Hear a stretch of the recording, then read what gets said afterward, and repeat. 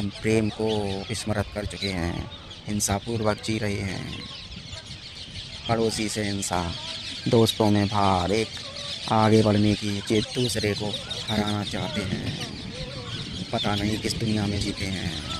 यदि किसी को उलट करें, प्रेम पूर्वक रहें, मानवतापूर्वक रहें, हिंसा को विदा करें, अहिंसा को अपनाएं, तो जीवन अमृत हो सकता है।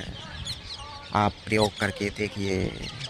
क्रोध में जीना, किसी से बदला लेकर जीना, लड़ाई झगड़े से जीना, और एक जीवन प्रेम पूर्वक जीना, दूसरों की सेवा करना, दूसरों को खुशी देना, इस जीवन से कंपेयर करें और फ़र्क अनुभव करेंगे कि कौन सा जीवन उचिततम है। आज अनेकों प्रकार की बीमारियां मनुष्य जाति में ही क्यों हैं? फला, कैंसर, टीबी, ठिकाना, हजारों बीमारियां, और निश्चित रूप से तुम्हारे इन बुराइयों से ही ये बीमारियां उत्पन्न होती हैं। बेचारे तुम्ही से जीव जंतुओं को भी ये बीमारियां लग जाती हैं, क्योंकि तुम क्रोध से भरे हुए हो।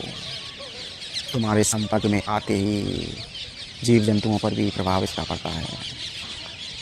अहंकार को इतना लपेट रखा है, इसको कब विदा करोगे? निश्चित ही दुर्दशा होनी है। हिंसा का परिणाम हिंसा ही होता है। अहिंसा और प्रेम का परिणाम प्रेम और अहिंसा ही होता है। तुम जैसा करोगे, प्रकृति भी तुम्हें वैसा ही फल उत्तम देगी। क्रोध करोगे तो हजारों समस्त क्रोध की एनर्जी तुम्हारे ऊपर आरोपित होंगी। दूसरों की से जलोगे, बुराई करोगे तो हजारों नेगेटिव शक्तियाँ तुम्हारी ओर आकर्षित होंगी। यदि प्रेम पूर्वक, आनंद पूर्वक, खुशी, सेवा भाव से जीवन को जियोगे तो अनेकों पॉजिटिव एनर्जी तुम्हारे तरफ एट्रैक्टिव होंगी और तुम्हें पॉजिटिव ऊर्जा से भरने लगेंगी। गौतम बुद्ध कहते हैं कि बुरा सह लेना लेकिन बुरा करना नहीं, और अच्छे होते होते होते होते तुम इतने शुद्ध हो जाना कि उस परम दिशा तक, परम अवस्था तक पहुंच सको।